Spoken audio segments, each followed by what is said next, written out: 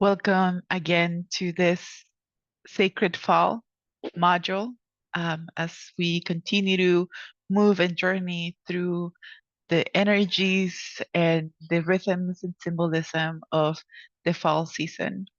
Um, I'm wondering how your practice is going, if you've been able to keep up something, if there are insights that you are noticing, feel free to share those in the group so that everyone can benefit from them.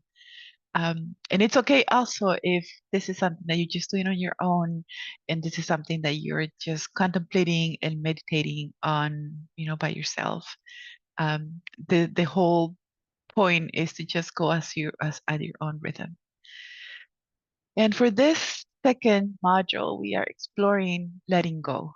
And letting go is just a practice that we get to practice, throughout all of our lives. But letting go also is not so easy sometimes when we are asked or we feel ourselves forced to let go of things and people and places that we love, or when the change that is coming towards us is not a change that we would have chosen.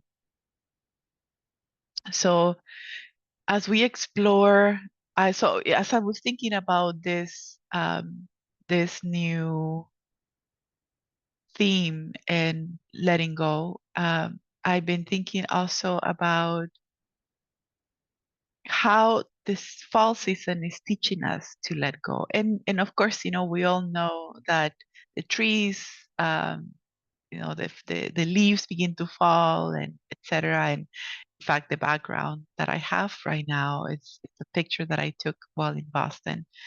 Um, but I just recently visited Boston about 3 weeks ago, and then also recently visited Colorado, and those are two places where the fall season, as we usually think of it, as the changing in colors on the leaves and then the falling of the leaves. Those are places where those changes are very noticeable. And as I was going, and I'm gonna share a video of my visit there, um, I was thinking and reflecting about what are the things that this changes that I could learn from about letting go from the way that the fall season is experienced in these places. And I noticed how the leaves didn't just immediately turned off and died, but that there's a progression. There's a progression to the leaves changing color, drying out, and then falling off the the tree. And so that's a video, and you can see just that the leaves are still green, but changing colors at the end. So that's the beginning of pretty much the dying of the leaves, right? Um,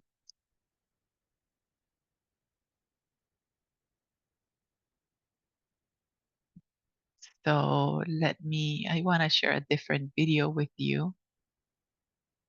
Um, but I can't seem to. So give me just one moment. All right, here we go.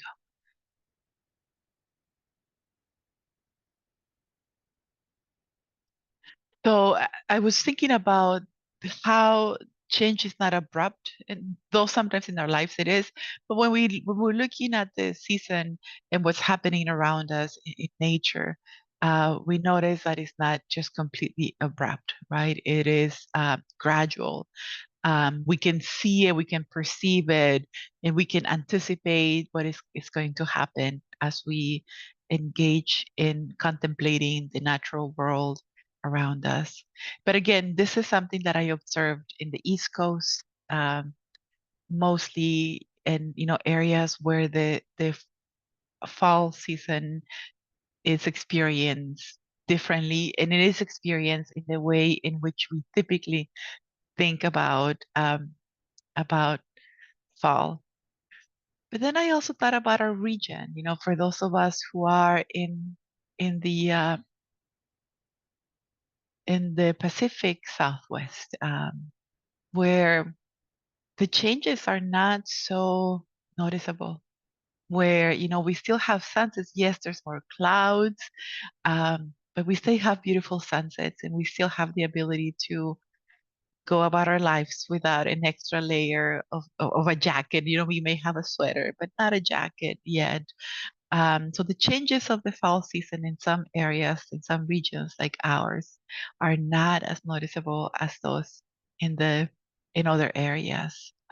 We may also notice, the marine layer that is more present, more prominent in our area. But again, we notice also the different temperature. We may not be having the summer 90 degrees unless there's some Santa Ana winds, but otherwise, the weather may be really pleasant throughout the day. And I think, why does this matter? I think it matters because when you see what you see in areas, the trees, the leaves, dying, drying out, changing color, falling off. Like we can anticipate those things. And in some ways, we can prepare ourselves for that. But when the changes are so subtle, we may not be ready. We may not be able to understand that this season of change is happening. And I think that applies to our lives really well because sometimes we are more likely to be able to let go of something when we know and we can anticipate and we see the signs, but it may be a lot more difficult when those signs are not as palpable, are not as visible, are not as clear as we would want them to be. And I think that's where most of us will struggle with letting go. When there's still some hope in ourselves that things can be different, that things could be fixed or changed, um, that there's still something we can do about what is present right now, and we hold on. We hold on to that matters to us, and we hold on to the things that matter to us, whether because we love them, because we have attachments, because they are tied to our identity. There are many reasons why we hold on to things. So the practice, and I'd say the practice, although I hear people say the art, and yeah, maybe it is an art, but I do believe that it is a practice. It is a practice of looking at the subtle movements of life. Because at the end, what we're looking to do is to be in flow with the rhythms of life. And being in flow with the rhythms of life allows us to live life with excitement, with joy. Yes, understanding that there is grief and that there is changes and that it is painful sometimes to move on when, we're letting go of something that was precious to us. Um, but the opposite of not letting go when those changes are happening, it's a pain and suffering that we can, um, put on ourselves.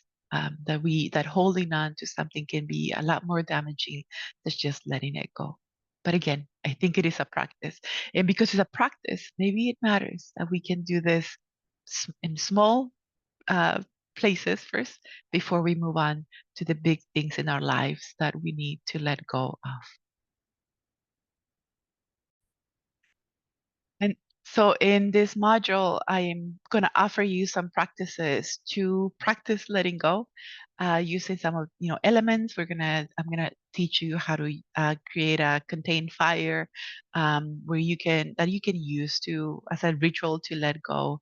I will offer you also a guided meditation and visualization to practice also an embodiment of letting go, and some other resources that I hope that you will find helpful. And again, I invite you to join the conversation on the group, add a topic, a comment, and just, wishing you the best on this journey. And I hope that you are getting um, a lot out of these practices and these moments of reflection. And I will see you again next month. Thank you.